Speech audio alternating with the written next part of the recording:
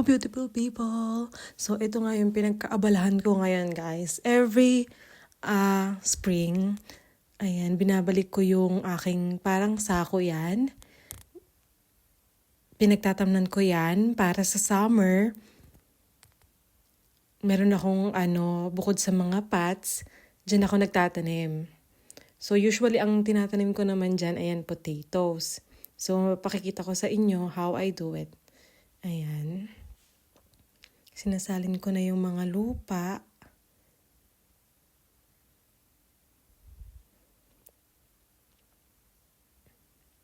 Ayan. Bibili pa ako ng mga lupa pagka may tinda na sa shops. And then, nakalimutan ko palang ilagay yan sa mga gilid. Sa dalawang gilid lang yan nakalagay. Nahirapan pa akong hanapin kung saan ko isusulot. So, there. Ayan, mali.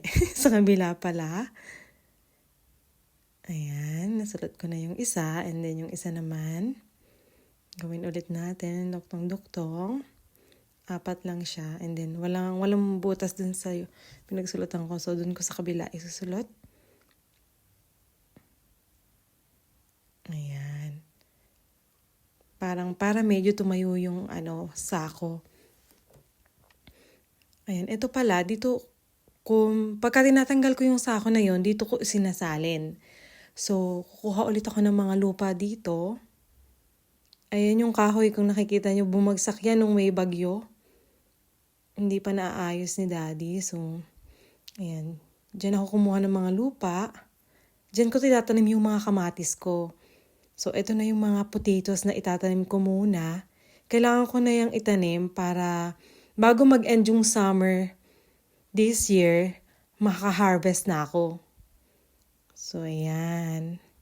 Last year, ang dami kong na-harvest, guys. Pero ang gagawin ko this year, siguro unti-unti ko lang siyang i-harvest whenever I will cook potatoes na lang. So, para every time na mag-cook ako, fresh siya, freshly harvest, di ba? Every summer talaga akong nagtatanim, guys. Marami na din akong napunla na mga beans, kamatis, ayan. Minsan bumibili din ako kapag hindi tumubo. So, ayan. Natanim ko lang yung mga potatoes. Yung iba, tubo na dyan eh. Ayan. And then, lalagyan ko na lang din siya ng pampataba. Usually, hindi talaga ako naglalagay niyan eh. Pero meron akong nabili last year. So, lalagyan ko na siya. And then, i-mix-mix ko lang. Ayan. Mix-mix lang natin para matabunan yung pataba. And then, ito pala guys, ito yung shed namin. Diyan ko naman nilalagay yung mga pots. And diyan ako nag-aano ng pechay. Kasi mainit dyan pag summer. So, ito pala yung aking sili pa last year.